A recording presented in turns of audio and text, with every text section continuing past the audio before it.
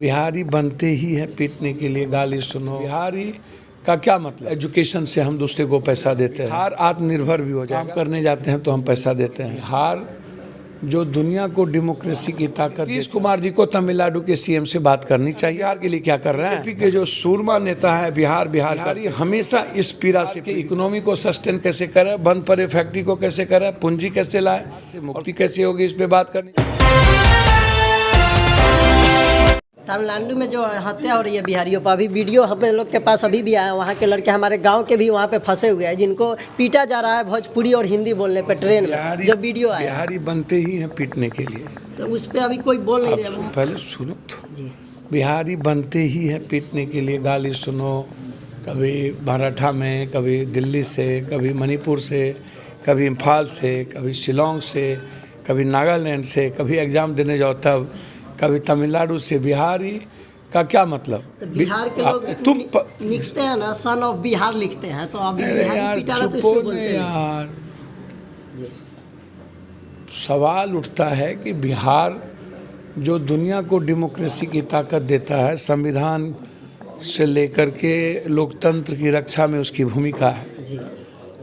बिहार पूरे देश में, बिहार के जो गरीब हैं, मजदूर हैं, वो निर्माण में लगे रहते हैं। हमारी इकोनॉमी से दूसरा स्टेट भरता है। जैसे एजुकेशन से हम दूसरे को पैसा देते हैं, काम करने जाते हैं तो हम पैसा देते हैं।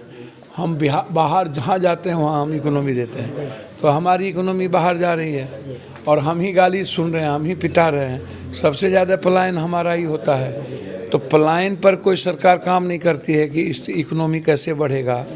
एक व्यक्ति की इकोनॉमी 40,000 मिनिमम और मैक्सिमम 1 लाख रुपया कर दिया जाए तो जाति धर्म मजहब भी ख़त्म हो जाएगा, हिंदू मियाँ भी ख़त्म हो जाएगा और बिहार आत्मनिर्भर भी हो जाएगा। बिहार के पैसे बाहर भी नहीं जाएंगे।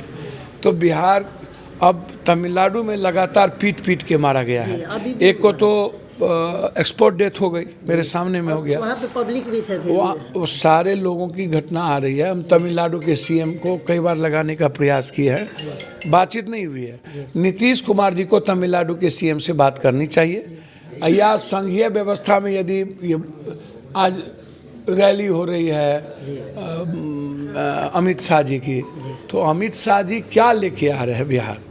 बिहार का जीएसटी आप देते नहीं हैं। बिहार हम 2.5 लाख करोड़ रुपया केंद्र को देते हैं, आप हमको 500 करोड़ भी काम का नहीं देते हैं। आप 1 भी रुपया हमको नहीं देते हैं। तो आप आ रहे हैं तो 30 चीनी मिल बंद है, तो उसको खोलने आइए ताकि बिहारी बाहर ना जाए। और कोसी में जब हमारे मुख्यमंत्री जी डिप्टी सीएम साहब जा रहे हैं तो इम्पॉर्टेंट है पीस। आम आदमी पीस चाहता, आम आदमी जीना चाहता, आर्थिक आज़ादी चाहता है, शैक्षणिक आज़ादी चाहता है, स्वास्थ्य की आज़ादी चाहता है। आम आदमी चाहता है कि हम अपराध और नेताओं के, दलालों के चीज़ों से प्रभावित ना हो। तो ये मुद्दा यहाँ है। अब मुद्दा हम दे रहे हैं राजनीति। तो आर्थिक आज़ादी की ज़रूरत है, राजनीतिक आज़ादी की ज़रूरत बिहार को नहीं है।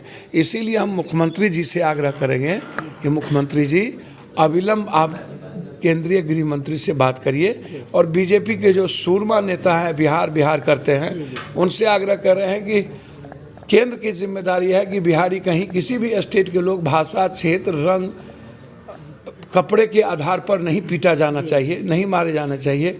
बिहारी हमेशा इस पीड़ा से पीड़ित रही है। नीतीश कुमार जी को चैलेंज में लेना चाहिए और जब दोनों जगह रैली है तो निश्चित रूप से हम बिहार के इकोनॉमी को सस्टेन कैसे करें, बंद पड़े फैक्ट्री को कैसे करें, पूंजी कैसे लाएं। और कोसी में यदि आप गए हैं तो वहाँ का जो चीनी मिल बंद है, जूट मिल बंद है, इस सारी चीज़ों पर उनको बात करनी चाहिए। बाढ़ से मुक्ति कैसे होगी, इस पर बात करनी चाहिए। कोसी आप सत्ता में हैं, तो सत्ता में है तो आप जाके बताइए कि आपने क्या किया है। इसके पहले जो लोग बीजेपी सत्ता में थे वो बताएं कि उन्होंने बिहार के लिए क्या किया। तो रैली किस बात को लेके कर रहे हैं? आप बताइएगा ना बिहार के लिए क्या कर रहे हैं। धन्यवाद।